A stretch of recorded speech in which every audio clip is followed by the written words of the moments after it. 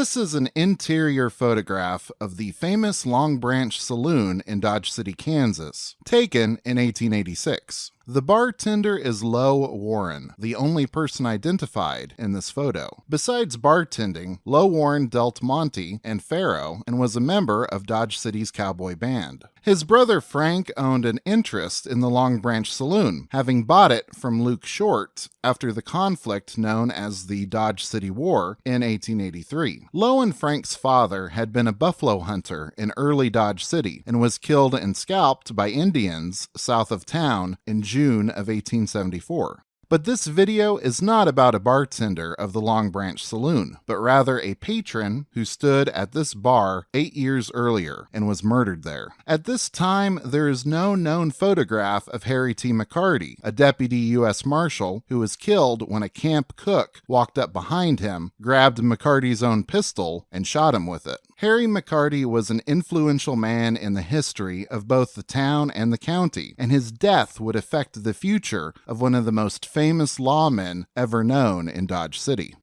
Harry McCarty, known as Mac by his friends, had been in Dodge City since the early years, when Dodge City was known for the buffalo hide and meat business. Like many early settlers of the West, McCarty was a man of many hats, having worked as a surveyor, a painter, running a land office, and finally as a Deputy U.S. Marshal. He was elected as the county surveyor and served in that capacity from 1875 to 1877. Even after his defeat in the election, McCarty continued to work as a surveyor and draftsman, as shown in this advertisement in July of 1878. As a painter, McCarty helped brighten up Front Street by painting signs. In April of 1877, the Dodge City Times wrote, H.T. McCarty has just completed one of the most showy signs ever hung out to view for the front of Charles Rath & Co.'s new store, and is just starting in on another for Betty and Kelly's restaurant. Later that same year, the Dodge City Times once again praised McCarty's talent with a paintbrush. Surveyor McCarty has just finished a new sign for the new boot and shoe shop. Take a look at it.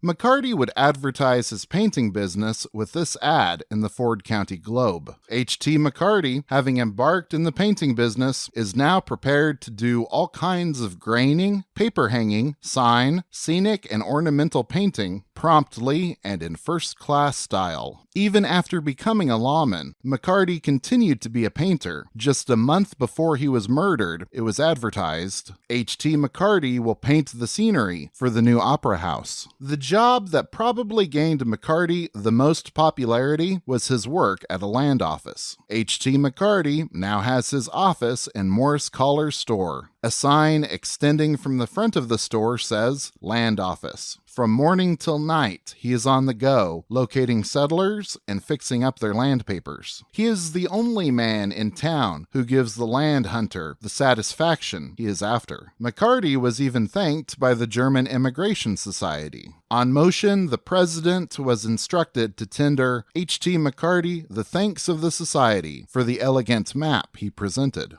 After losing his job as county surveyor, Harry McCarty was once again moving up in the world when he became a Deputy U.S. Marshal in April of 1878. Our active, energetic fellow citizen, H.T. McCarty, who is known to every man, woman, and child in Ford County, has received his commission as Deputy U.S. Marshal under U.S. Marshal Simpson. When we say that the appointment gives good satisfaction to our farmers and a large majority of our businessmen, we simply tell the truth. There are, of course, some who may not like his appointment, but by inquiry they will be found to be either violators of the U.S. laws themselves or personal enemies of Mr. McCarty. We know that no other man in the county is so well fitted and qualified for the position as he is, because of his unlimited information concerning the violations of laws which take place in this county, and his desire to stop them. We are pleased that such a judicious choice has been made by Mr. Simpson, and predict a faithful performance of duty, according to Hoyle, by Deputy Marshal McCarty. It's unknown how well Harry McCarty would have been as a Deputy U.S. Marshal, because less than 3 months later he would be murdered. McCarty liked to drink, and he could often be found in the evenings at the bar of the Long Branch Saloon. But in the early morning hours of July 13th, McCarty would have been better off anywhere else. From the Dodge City Times, July 13th, 1878. Another murder. H.T. McCarty cowardly assassinated. The murdered man's own pistol, the deadly weapon.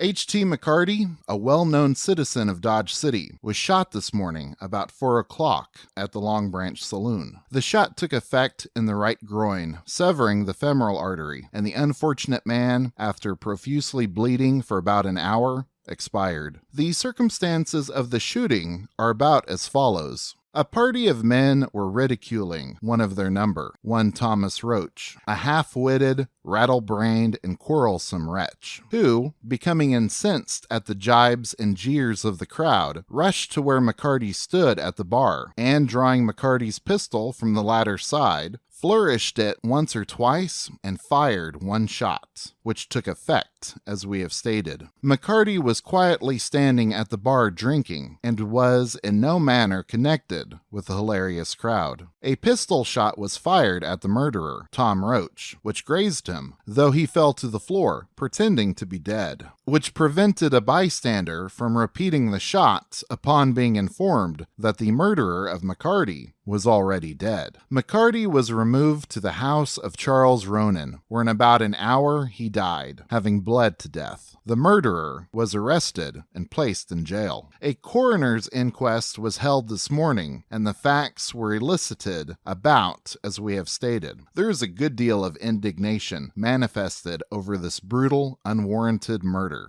And while it may appear in the present temper of a large class of people that laws, delays, and uncertainties are dangerous to the peace, life, and protection of the community, we hope the sober second thought will prevail and justice take its course. Limping Tom, the prisoner, as he is familiarly known, was a cook in the camp of Shiner Brothers. He was once led out of town last night and bid his way to camp. The party, knowing Tom's querulous nature, went under the influence of liquor. He has been living in this section of Kansas since last fall, and is generally unknown. The deceased, H.T. McCarty, was an old resident of the border, and for several years a resident of Dodge City. He was well known in this section of Kansas. He held the office of surveyor of Ford County for 2 years, and followed the occupation of surveying and painting. The deceased was a man of warm, genial nature, and though he made strong friends, he had bitter enemies. He was a man of excellent attainments, though of rude culture, a forcible writer, and an artist and painter of no mean merit. While possessing virtues, he had faults, but the kindlier nature takes hold of these people as the soul of the deceased is wafted to another sphere. His faults are buried with the body, and the virtues only hold in the affections and sympathy of the kind and generous people of Dodge City. The funeral of the deceased McCarty takes place this afternoon at 4 o'clock, under the auspices of the Dodge City Fire Company, of which company the deceased was a member.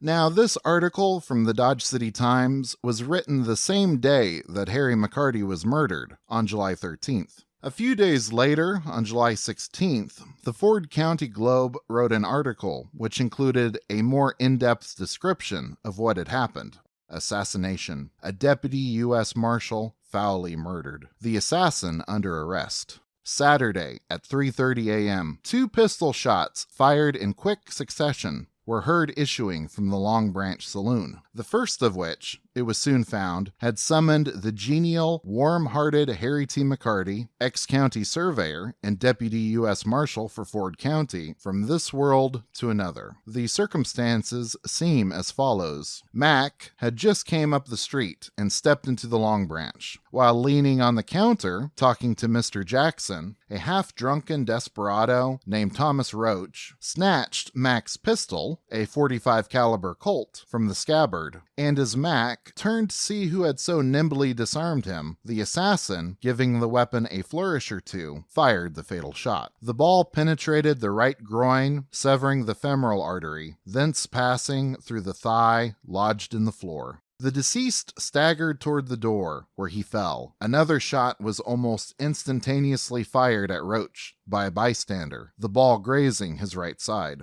Roach, falling, called out, "I am shot," and dropped to the floor, thus saving himself from the immediate penalty of his crime from the leveled revolvers about him. In the meantime, medical assistance had been promptly summoned to the aid of his unfortunate victim, but it was soon found that he had passed the point when human aid, however skilled, could be of assistance. He was removed to the rooms of Charles Ronan to breathe his last in a few minutes, recovering consciousness, but for a brief period of time. Even a stranger, unfamiliar with the circumstances, would have known as he passed up the streets an hour later that some sad tragedy had been enacted, by the air of gloom that pervaded every countenance, and the groups gathered upon the corners, some with minds too much occupied with the calamity to indulge in conversation, others in whispers that portended mischief, discussing the propriety of obviating the delays attendant upon legal process,